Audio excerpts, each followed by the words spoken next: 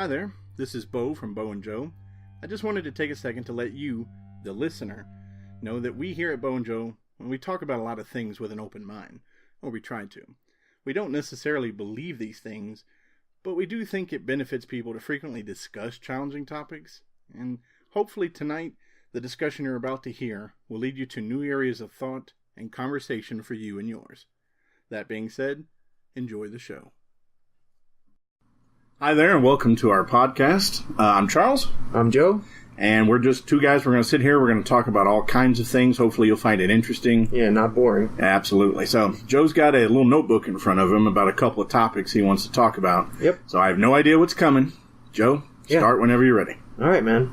So a while ago we talked about a couple of these subjects already, but I've started doing some digging on it. Across everything that I've talked about, one of the things that have pretty much been on my mind for a long time has been the Akashic record. Okay. All right, so when we first talked about it, we talked about it in relation to Madame Blavatsky. Sure. Remember? Yep, Madame Blavatsky? absolutely. Yep. So after digging basically digging a little bit deeper on the subject, I found out who actually coined the term Akashic record. It was a guy called Alfred Percy Sinnett. So that guy was a theosophist. So he wrote a bunch of books in the 1800s, The Occult World, the Esoteric Buddhism, a bunch of really interesting stuff in relation to theosophy. When I started reading up on him, I mean, the thing that popped out the most was, what does it mean, right? You mean, what does the record mean? No, like, what's theosophy in and of itself, okay. right? Gotcha. All right. And theosophy, man, like that was very interesting stuff. First thing, what they were trying to do with theosophy was unify science, art, and religion. Okay. So in their mind, when we talk about all these different schools and of thought, and not just extremes or non-extremes, just in general, they were thinking they were missing a link, right? When you think of science, you know that there's people that are in the extremes, just as is religion. And every time you have these situations, we kind of lose sight of what we're trying to get to, right? It's truth, meaning, and all that other stuff, right? Yeah, I'm with you. So I really enjoyed the fact of what they were trying to do in this, and they also have another core principle, which is that they believe that everybody's the same. So they don't believe, it's kind of a assassination of the ego in a way.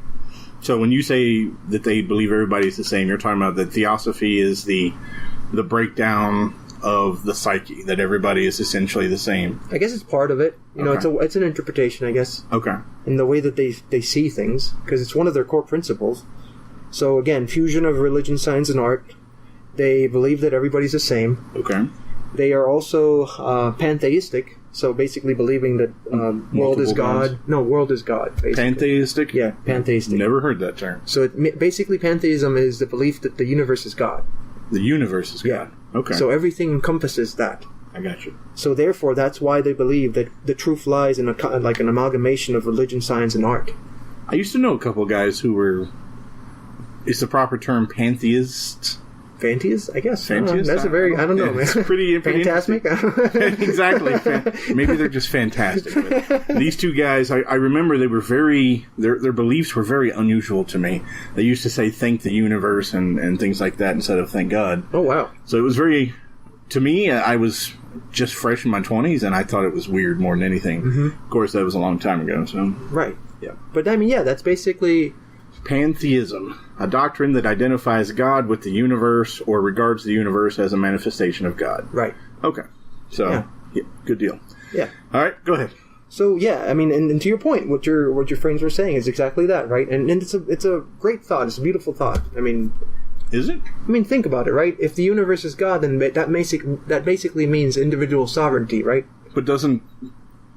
The sovereignty of the individual is not just in the individuals and everything. No, I'm not going to argue that point just yet, but my thought process is, can the universe be a god? Don't you have to have an intellect to be a god?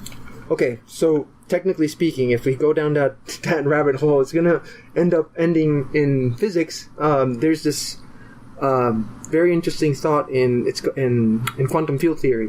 So if you, again, I'm too stupid to really understand this properly, but I can bring it down to a level where I think, you know, for the layman, I guess you could say, right? Yep. Where I understand it. You help your stupid colleagues. Yeah, no, not just, I mean, I'm putting myself in the same boat. No, I totally understand. I'm not defensive at all. I don't pretend to know what the universe is doing. I mean, yeah, damn right.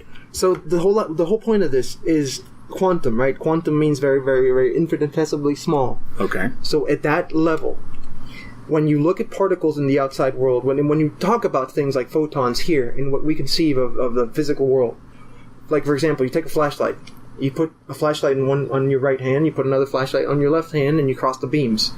Okay. In this level, in this dimension, those particles that are interacting with each other, they don't know that they're interacting with each other. They're just interacting with each other, right? Right. Okay, so that's basis, right? Basis 1. So when you start going down into the quantum level, into the Planck scale, so very, very infinitesimally small, when you get to that level, when you get to that state, in this state, you see something extremely peculiar start to happen. Not only do particles understand that they're interacting with each other, but some particles start adapting. Now, when you say they understand how they're interacting... Adaptation. That's what I mean. So you're talking about particle adaptation. So adaptation denotes intelligence. Something will not adapt until it knows that it needs to adapt, right? Is that accurate? I mean... It's a theory. Don't we have... adaptation is a form of evolution, right? Not just evolution, but it's also an indication of intelligence. Because you need to be intelligent to adapt, right? It's curious. I'll have to think on that for some time. But do continue. Go on. But the whole point of this is, in that quantum field theory, and again, this is my opinion, right? What all I'm stating, I'm using that as a point of context. Technically, if there would ever be an explanation of something close to a god, it would be something like that. Quantum field at the bottom, what makes everything. That is adapting. So if it was ever from a theoretical standpoint, right? A god would have to be something you don't fully understand. So I see where you're going with it. Okay, and it's everywhere because it's at the Planck scale. The Planck scale means that's the most infinitesimally small scale that we can think of, which is in everything in this universe, because that's part of our universe. The word of the day today, kids, is infinitesimally. Well, I mean, yeah. But I mean, I think we kind of diverted a little bit here, but it's important, though, because it encompasses what we're talking about. Right. But, again, back to the theosophy part.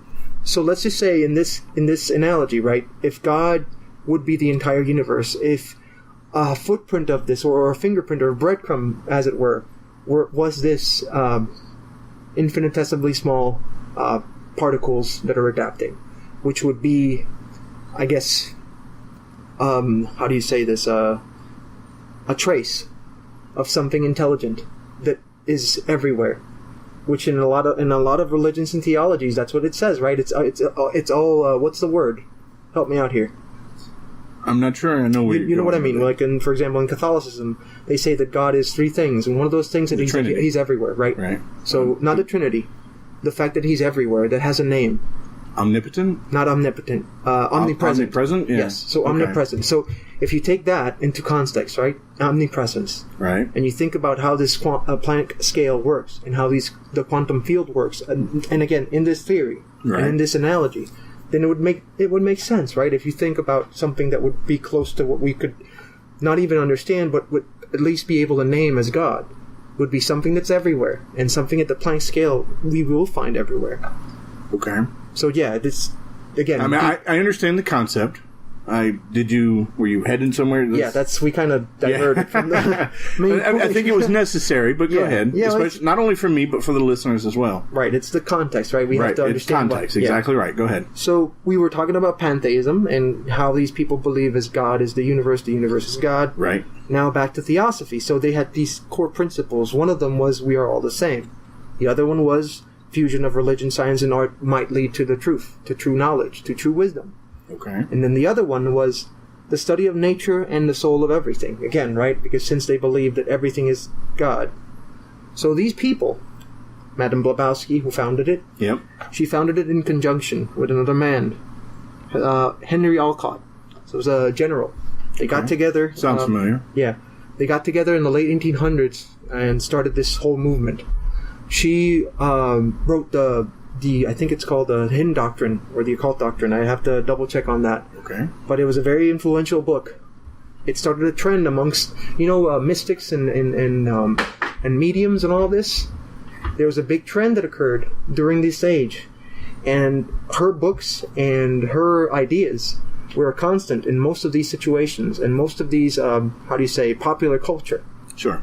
Even in Soviet Russia, even in many places where they truly believed that what this woman was saying was true.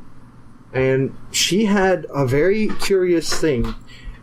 She said, amongst the things, and again, this is Madame Blavatsky. Madame Blavatsky believed that what her life was intended to be was a search for true meaning and knowledge. So she scoured, after she got divorced, she started scouring the globe and looking for this in many different places.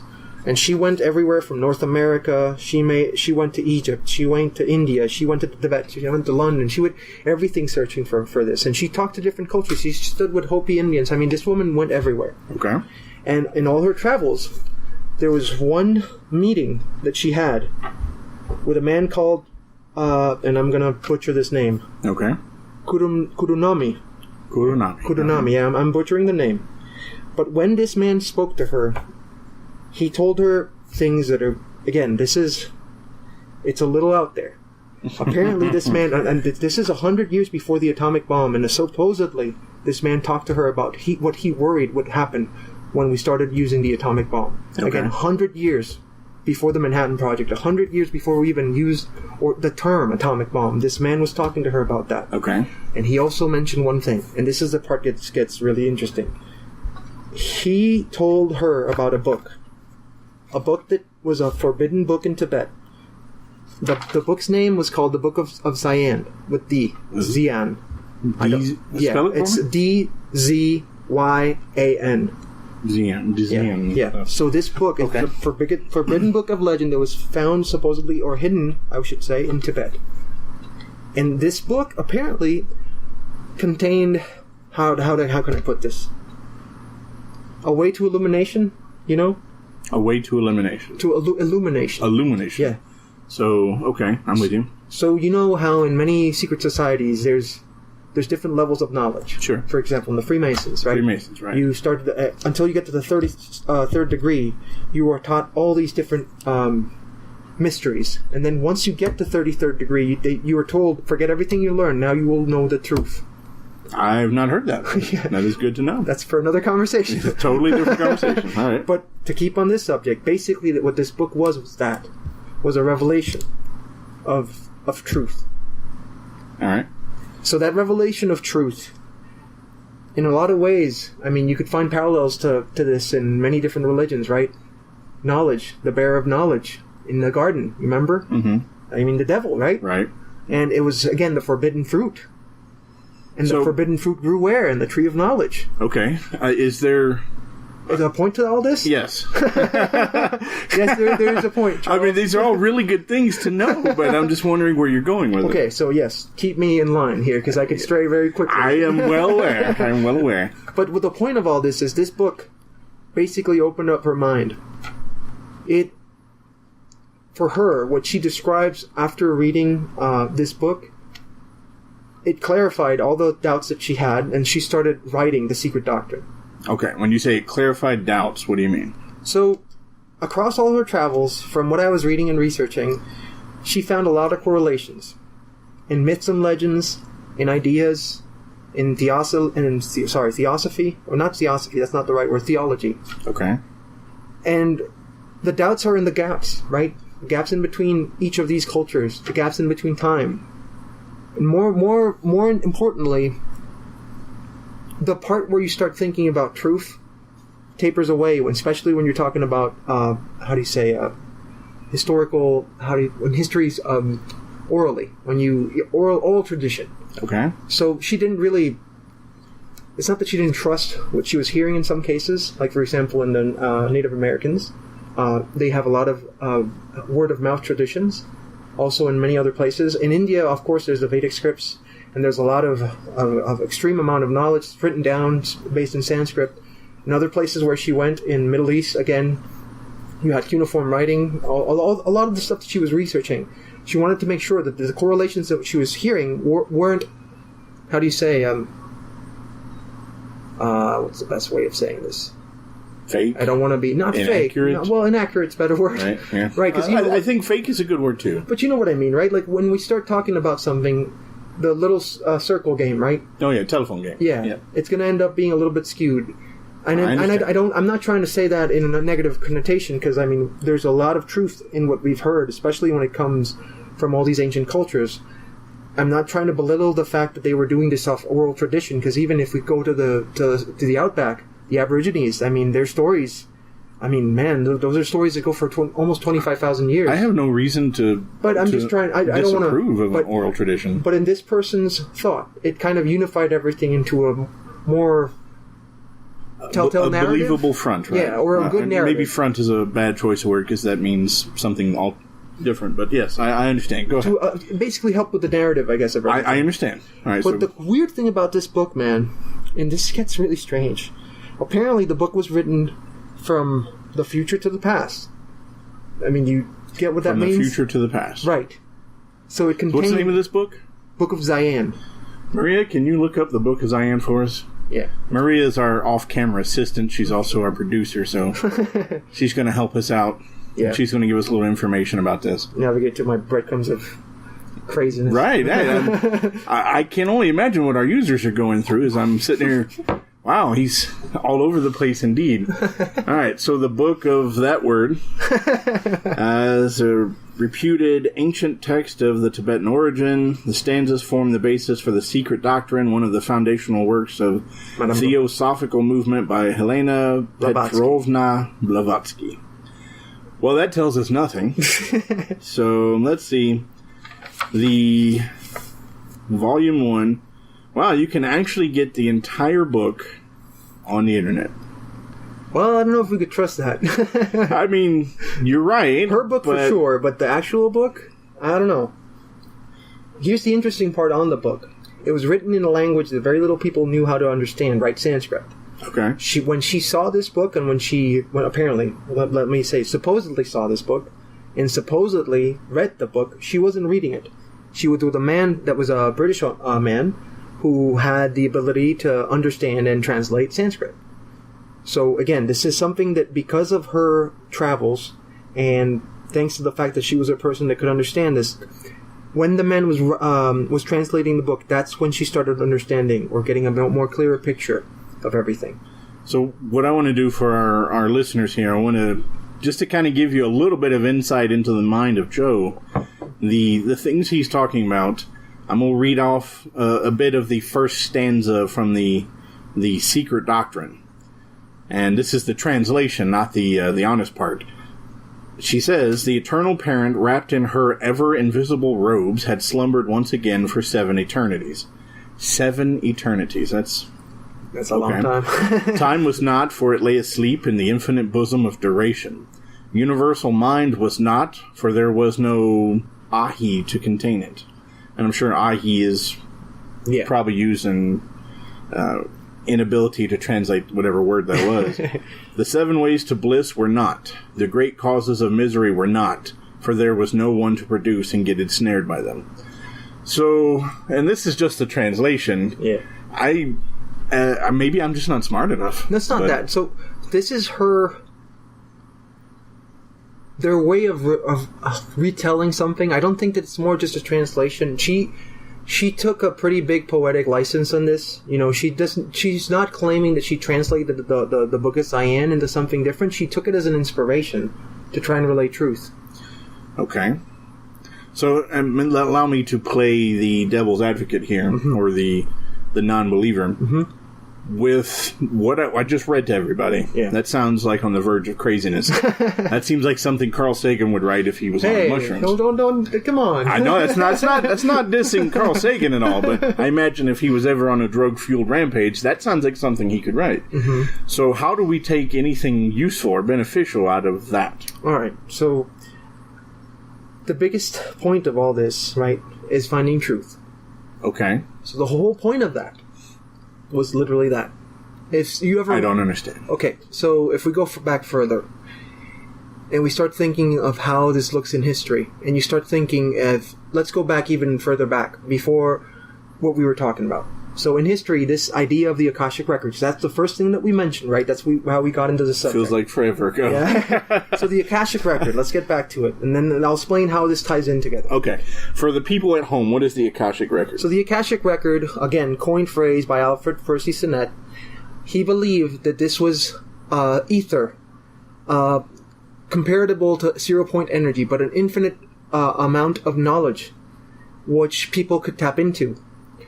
And again, we can talk about a little bit later about how that correlates with some of the newest theoretical physics ideas. Okay. But the whole point of it, again, an infinite amount of knowledge where you could tie into this if you have the ability to. And you don't have to be special to be able to tap into this. You just have to understand how to do it. For the users at home, the official definition of Akashic Record is a compendium of all human events, thoughts, words, emotions, and intent ever to have occurred in the past, the present, or the future. Right. They are believed to be encoded in a non-physical plane of existence known as the etheric plane. Right, so let me go to the etymology of Akashic. So Akashic, it comes from the word Akash. Akash is Sanskrit. Akash technically translates to sky, but also to ether. That's why it says there ether, or Ethereum or whatever. So sky or ether. So here's where it gets interesting, man. This Akashic Record, this idea of a infinite amount of knowledge. You remember once we were talking about that the holographic principle? Yes. So you remember, it's a very complicated principle, but so long story short, when Stephen Hawking was talking about, and again, I know this sounds like we're diverting a lot, but there's a point to all this, and we can correlate this at the end. I am intrigued to see where you go. Gotcha.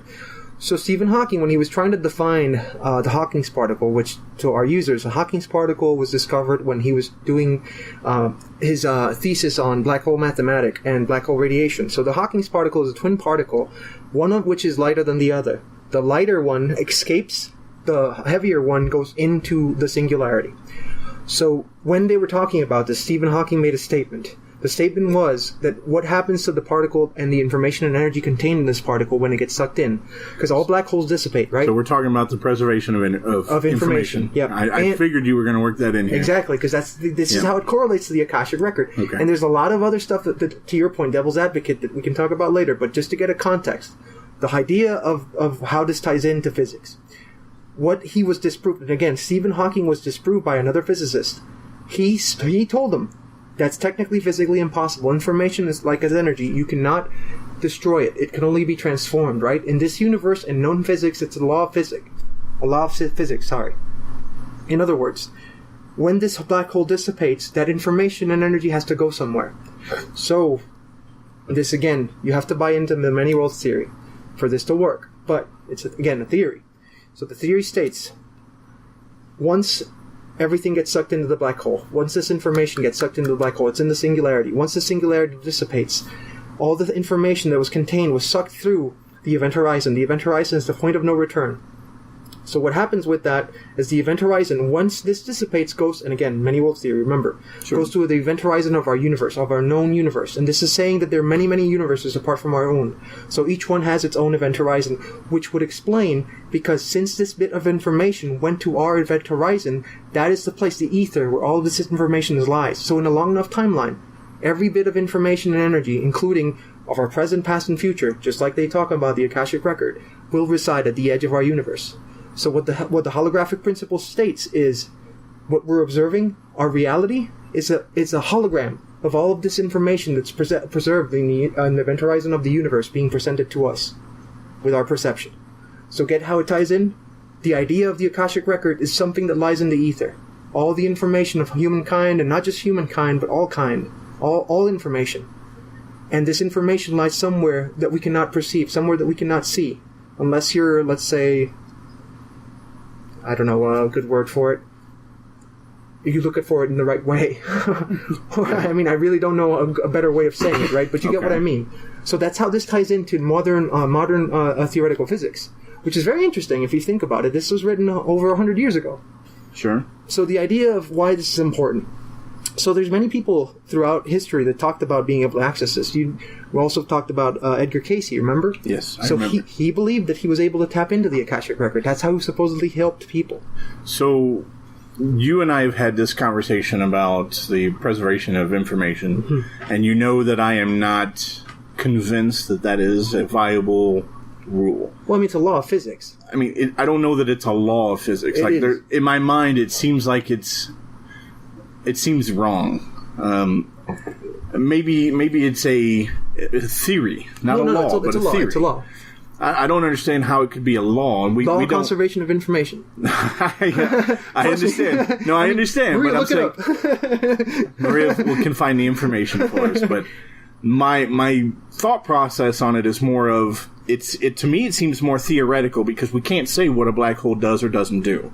We know. Well, I mean, realistically, we don't. We've never really been close to one, thankfully. We've never been in a position to study other than how it looks from distance. An extreme distance at that. So it seems folly to me to make a law off of something like that. Well, that's not me, man. I want to read this out to our users. Thank you, Maria. In physics, the law of conservation of energy states that the total energy of an isolated system remains constant, yada, yada, yada. So this is energy. This is not information. So, no, you have to look for the law of conservation of information, not of energy. Okay. So the law of conservation of energy, that's the second law of thermodynamics. What we're looking for is the law of conservation of information, or the information paradox. You can do that, too. On both, the statement's made the same. The point is, we can't destroy information. It has to go somewhere. So similar to the law of conservation of energy, right? We can't destroy energy. It has to go somewhere. So in other words, it's transformed. So that means that the information that makes Charles, that makes Joe, that makes Maria, if we were to be sucked into a black hole, would not disappear. It would go somewhere. It would transform to something.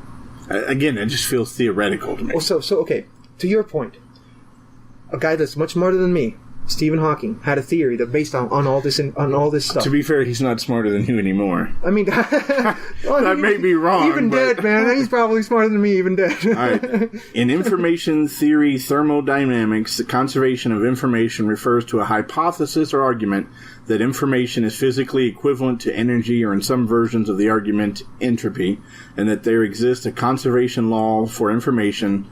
So, I mean... Again, that very definition seems to scream theory. All right, but you gotta read the whole thing. Anyways, the point about all this is, you're right. It's something that we should talk about. It's a very complicated subject. I'm not trying to be defensive on it, but it's kind of taken outside of the point of what we're trying to get to, right? That's fair. I mean, so we could probably have a whole episode dedicated to that. Yeah, we could table this, but you're right. We could table this and talk about it again. Okay. But I just wanted to get back to the whole Akashic record point, because you were saying something very, very true.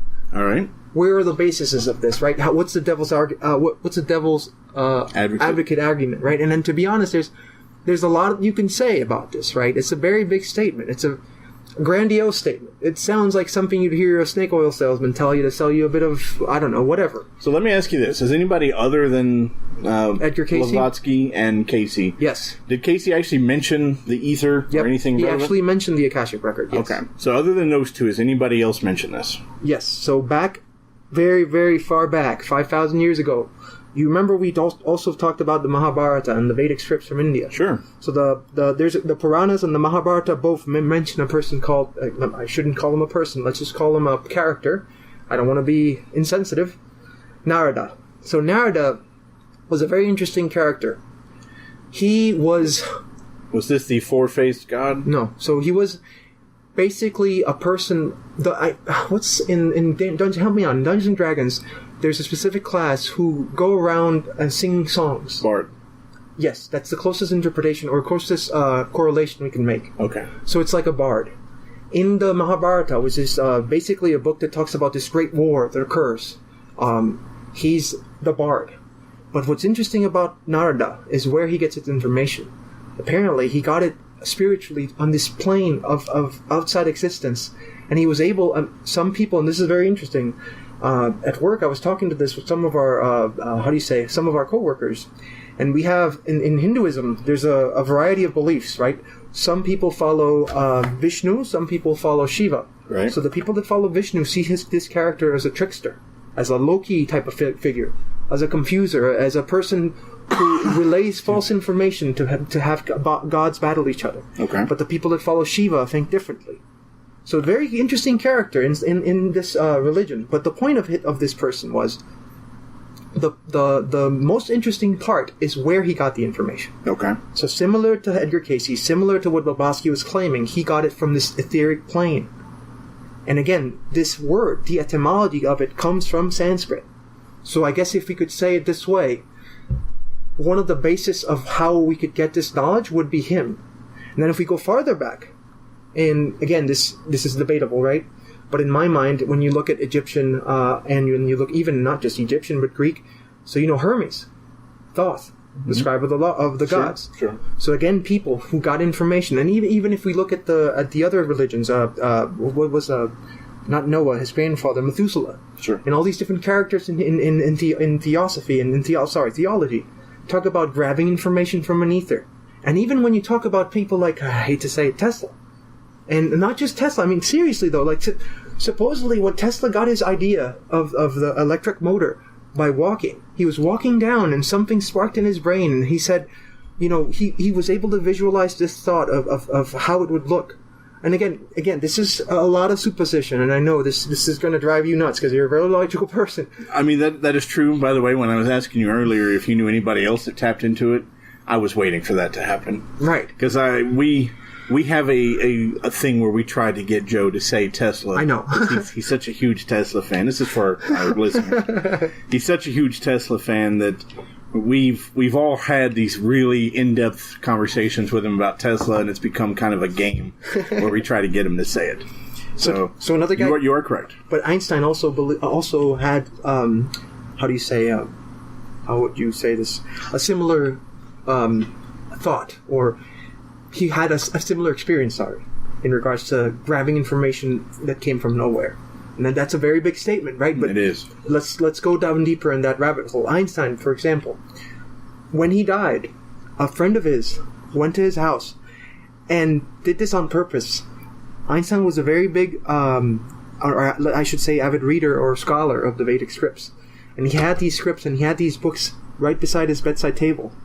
And his friend went to his table and removed them, just because he didn't want anybody to think, I wouldn't want to say crazy, but let's just call him eccentric. Eccentric. Right? Okay. So again, a very interesting point, but there's a lot of figures across history that have mentioned something similar. They might have not coined the phrase or used the term Akashic record, but taking information or grabbing it from ether. So let's go down a little bit deeper.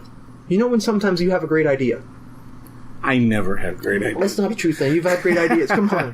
But you know what I mean. Sometimes when you have a great idea, okay. Right? Like, let's say the creation of the radio or a lot of correlations that happen in history, where one idea in one part of the world happens, and in a very close or almost the identical idea in another side of the world sprouts to fruition.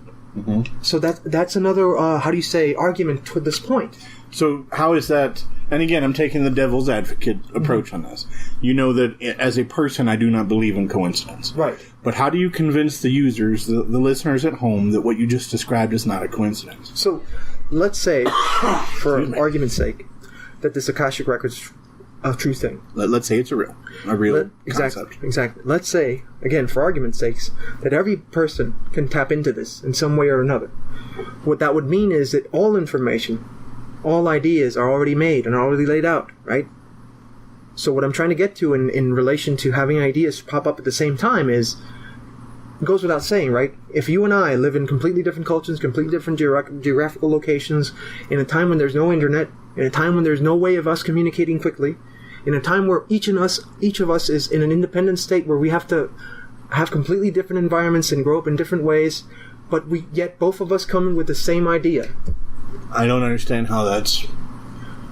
Again, I'm taking the devil's advocate. Specific. So let's get to specific. I forgot the name of this guy, but this is a point of contention. When Einstein thought of the theory of relativity, there was another person, and I forget his name, and sorry about that, but at the same time, he came with an extremely similar theory. Mm-hmm. And this is something not a lot of people know about. This is one, example. When Tesla and Guillermo, what's the guy who originally got the credit for invention of the radio? Could our producer help us there? Yeah. Maria, can you look that up for us? But meanwhile, keep going. So both Guillermo and Tesla came up and I forget the exact date, but it was almost the exact time with the idea of the Guillermo Marconi. Guillermo Marconi and Tesla both. There was a debate of who came up with. Is that actually Guillermo? Guillermo, yeah. Because that's a weird spelling.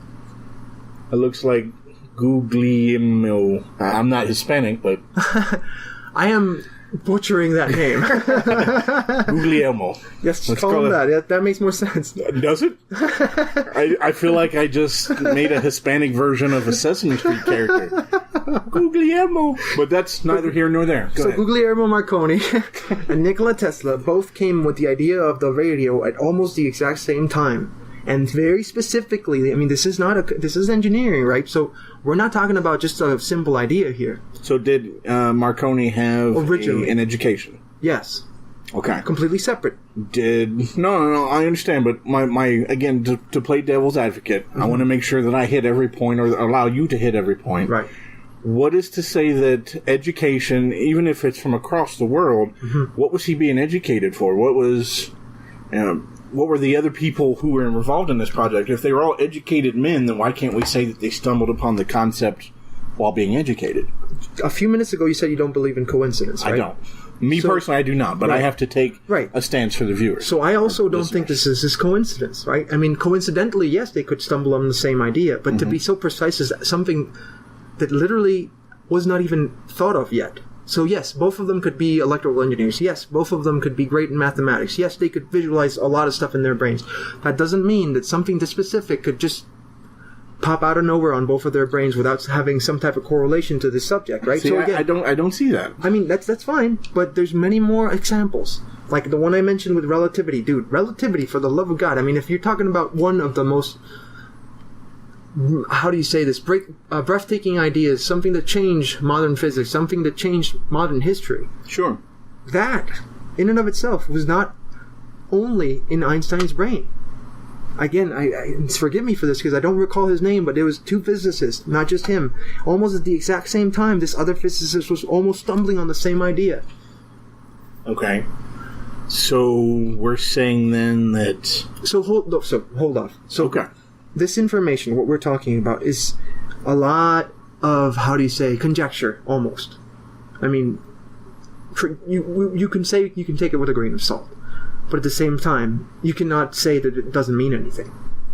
So, back to Casey, right? So we were talking about snake oil and how, like, again, to your point, if I was the devil advocate, so of course, yeah, if I wanted to get people to come and sit down and pay me a bunch of money because I could tell them that I could reach into a beautiful thing called the Akashic record and I could pull all information of dead people and what they had and what the elements they had and fix their lives, yeah, absolutely. Sounds like a bunch of, horse kaboffle. I don't know, a good word for that.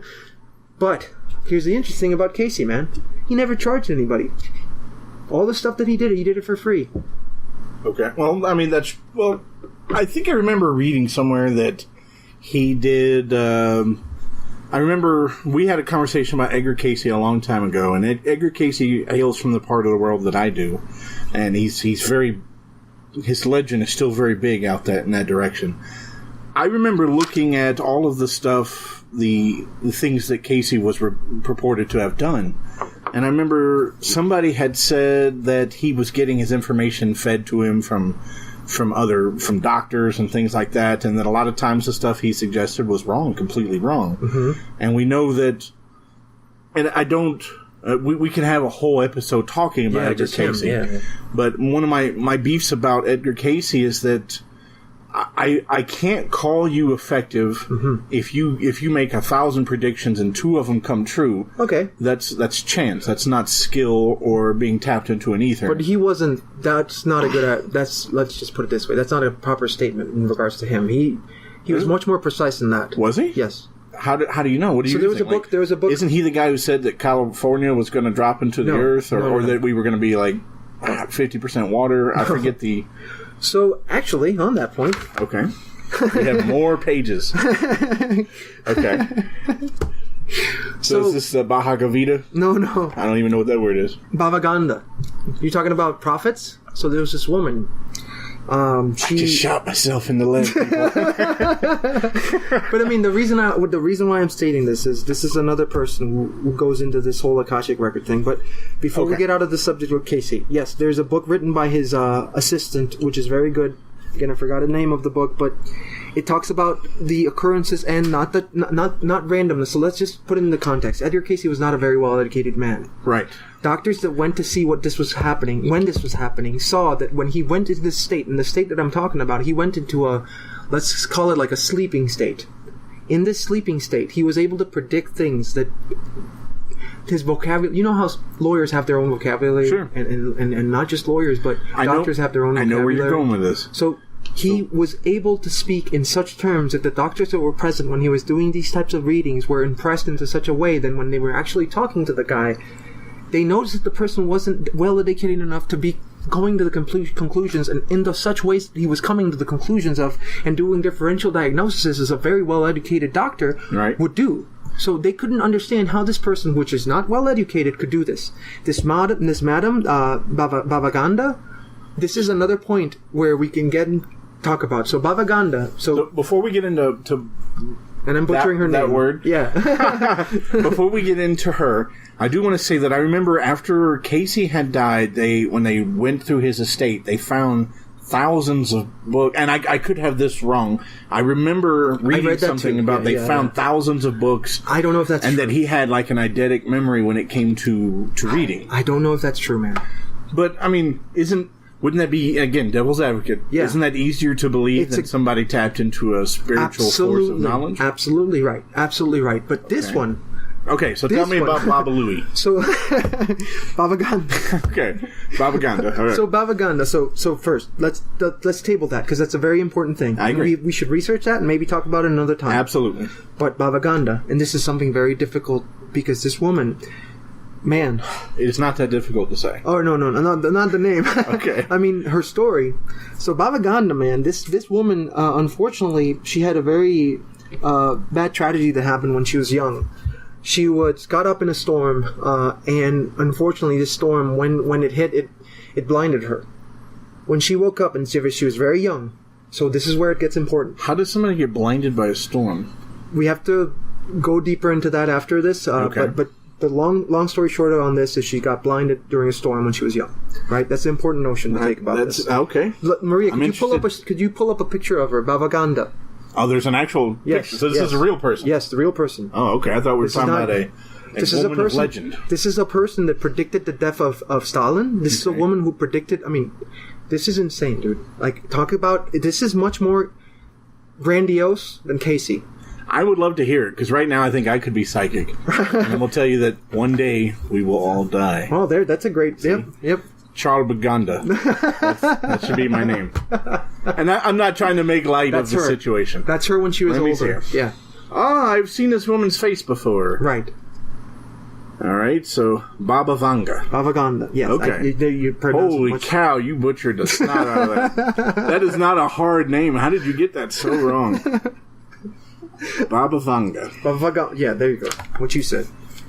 So anyways. She's Russian?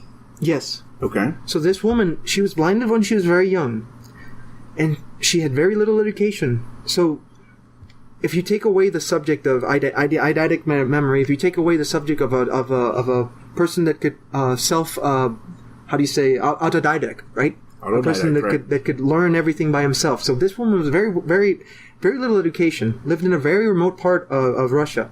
If I'm not mistaken, I think it was Ukraine, but she's Bulgarian. Bulgarian. There you go. So she is listed as a blind Bulgarian mystic, clairvoyant, and herbalist who spent most of her life in the Rupite, and I may be butchering that area of Bulgaria. Somebody claimed in 1997 that millions of people believe she possessed paranormal abilities. Right. She was born in 1911. She died in 1996 at the age of 85. Mm-hmm. Keep reading. It's interesting when you start looking at what she predicted. Her predictions are amazing, man. And I think you should just go a little bit for her predictions. You're going to be... Well, I mean, I would love to do that. You know, I didn't come prepared with the expectation of what you were going to be hitting with me with. hitting me with. I wanted to be able to react based on what I know, and this also gives me something I can do during our downtime. Right. So, followers of Venga believe that she predicted the precise date of her own death, dreaming that she would die on the 11th of August and be buried on the 13th. Shortly before that, she said she had a 10-year-old blind girl living in France was to inherit her gift. In 1989, she predicted the attack on America. Apparently, they have word for word what she said. Mm-hmm. Horror, horror. The American brothers will fall after being attacked by steel birds. The wolves will be howling in a bush and innocent blood will be gushing. She made that prediction in 1989. About the 9/11. I don't know. Yeah. The American brothers, I guess. Yeah, the Twin Towers. Hit by steel birds. I don't know. I hate things like this. Yeah, exactly. Yeah. You could literally turn this into anything. I know. But if you look at the other predictions that she made, like the death of Stalin, she got arrested because of how precise her prediction was. The Russians thought that she had inside knowledge into his death, man. But also, you see here it says, and again, I understand what you're saying, but to give the listeners more insight, apparently she made a prediction that the last U.S. president would be Barack Obama. She said he would be a dark color, apparently. Yeah. And maybe she's not right. Maybe she's not wrong. I mean, yeah. We should probably table that. Yeah. So, tell me about Baba Vanga. So, yeah, apart from what we were talking about, right? Predictions and such. Other person, and again, I hate to talk about this person because personally I have a lot of, how do you say? Animosity? Not animosity, doubt. Yeah, you just got this serious, I can't believe I'm doing this look on your face. Nostradamus. Oh, yeah. You're not so you're a Casey fan, but not a Nostradamus fan. I am not a Nostradamus fan. Why is that? That seems like he follows suit with Casey and in a lot Baba of ways. Vanga and why not Nostradamus? Well, man, I read up on a lot of the stuff that he wrote, and it was very, how do you say, you remember we were talking about you could see anything in what he's writing? Yeah. There's a lot of that. Well, that's true of anybody. Not anybody, because Casey was very specific. Was he? Yeah. You have to read about him, man. If you really read about him and you read about what he actually said, he was very specific in the can you pull up the top 3 predictions from Edgar Casey? So one of them I can tell you. He believed that we would find the origins of Atlantis in off the coast of Bimini. Bimini, I remember. And he gave a specific date. Mm-hmm. And guess what? We did find something off the coast of Bimini in that specific date. Was it Atlantis? That's debatable. Right. But this discovery was there. It happened in the same date that he said that we would discover it. Out of curiosity, the Bimini artifact, Bimini Road, actually. Mm-hmm, Bimini Road, yeah. My question is if you read something, let's say Maria, because she's here, and you already know where I'm going with this. If that's a rock with a face, it's a face with a rock.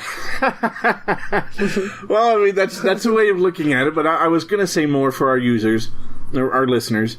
If Maria says that on the last day of October of this year, somebody is going to find a $20 bill under a rock somewhere in Arizona.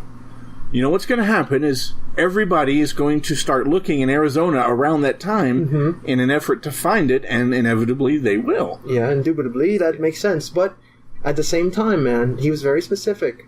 And if you look at the actual prediction, you see what I mean. All right, so in 1938, Edgar Casey predicted that a portion of the temple may yet be discovered under the slime of ages and seawater near Bimini. Expect it in 68 or 69. Not so far away.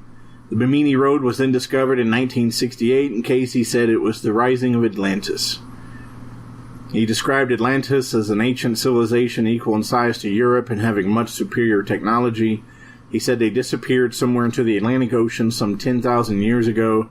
That could fall in line with the Younger Dryas. Yep, the theory, yep. Which we definitely have to talk about in another Absolutely. episode. He went on to say Atlantis went into 3 major periods of division, the first 2 occurring around 15,600 BC, yada, yada, yada.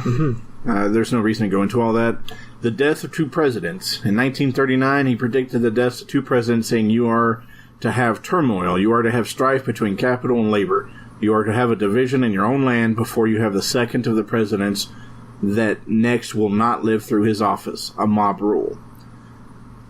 So in 1945, Franklin D. Roosevelt died in office, and then Casey said, unless there is more give and take consideration for those who produce with better division of the excess profits from labor, there must be greater turmoil in the land. And then John F. Kennedy was assassinated in 1963. I don't know, that seems really generic to me. Okay.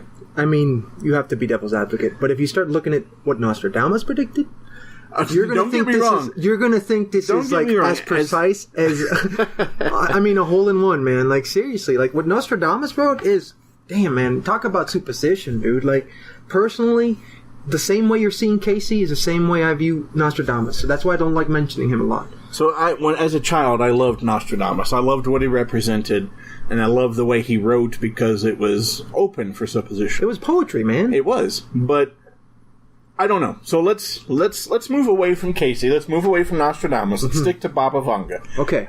How does she relate to the Akashic record?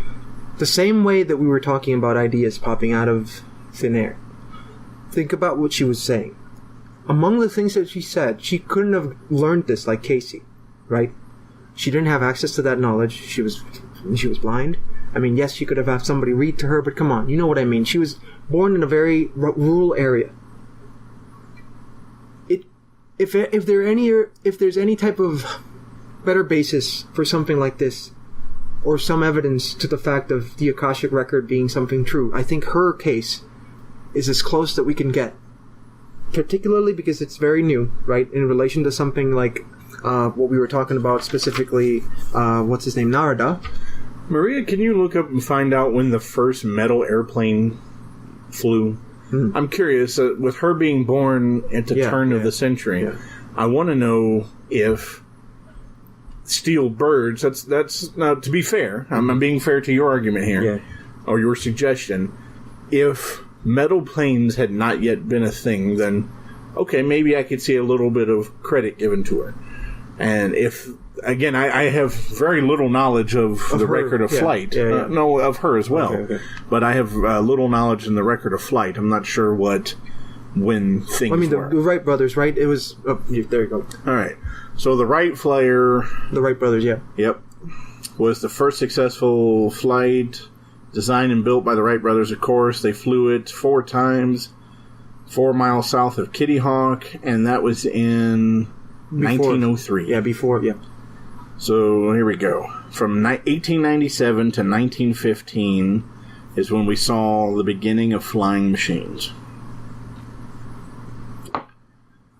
Okay, I will give her a little bit of credit. If we assume that recorded history is accurate, which is a whole nother thing. Oh, yeah, another episode. Yep. Because there's so much to delve into that, There man. is so much. But, I mean... So go ahead. Sorry. So, Baba Vanga, if you can, Maria, just pull up some of Baba Vanga. Help me out. Baba Vanga. Thank you. Predictions. It's not hard. Isn't it great, right? Me talking about a person I can't even pronounce her name, right? I know, right?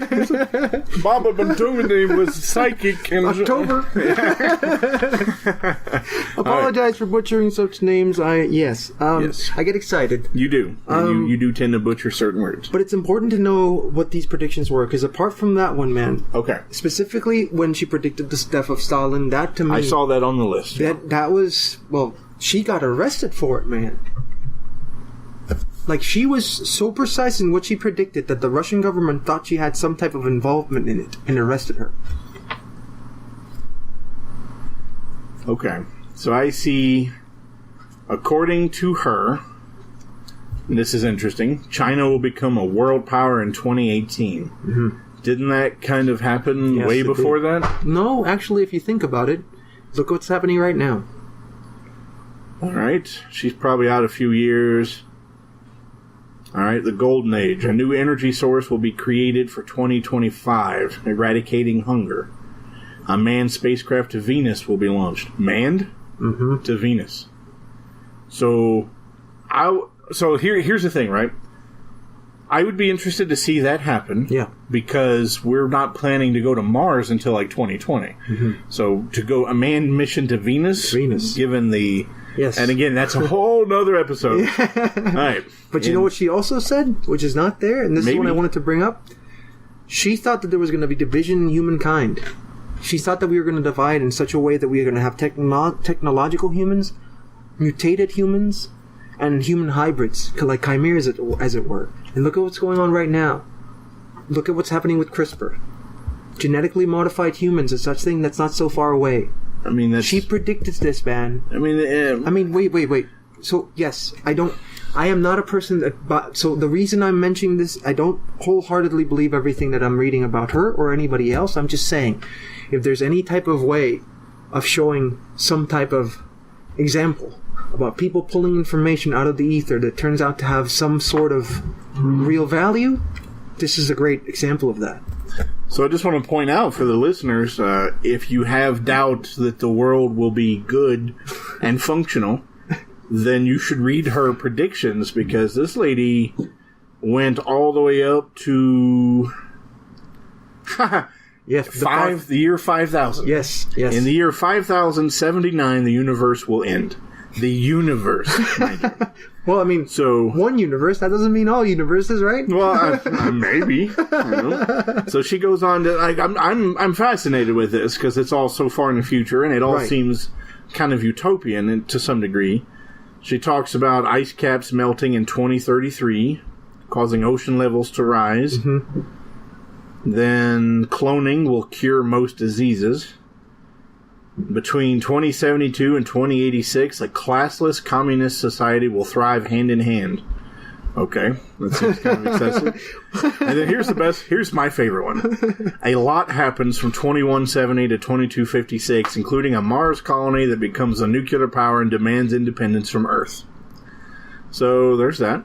I mean, at least we could have a really, really, really robust canon of awesome science fiction if we go through this. So here's my theory, right? Here's the final thing she says, and we're coming up on the end of the episode, but she says also that sometime between 2262 and 2304, we will discover time travel. If we know, if we have time travel capabilities, then shouldn't we already know? Well, I mean, that goes circle back right to the law of conservation of information, to the idea of this Akashic record. Yes, we do, right? Wait, what? So, on a long enough timeline, think about it. If all the information that we will ever know, doesn't matter if we can time travel or not, because it's out there. So let me fall back to the holographic principle and to the idea of conservation of information. What I mean is, once long enough timeline, think about it, 100 million billion years. It doesn't matter. Every single thought, theory, idea will be in fruition. It will happen. Which means all of that information is out there. Which means that all of that information is already accessible, so you don't even have to time travel for it. Because in a scale as grand as the universe itself, time really is just a measurement. So you don't have to time travel to really have the idea of all this information is already readily available, which goes back to the Akashic record. So conceptually, I understand.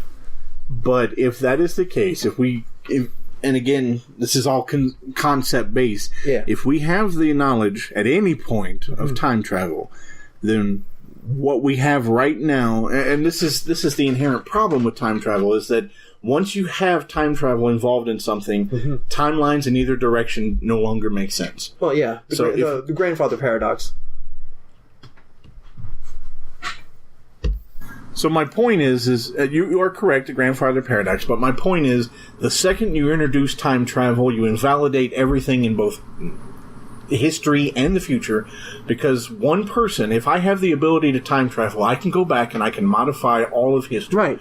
Or I can go forward, learn everything there is, and then come back. That's assuming I can go bi-directional, of course.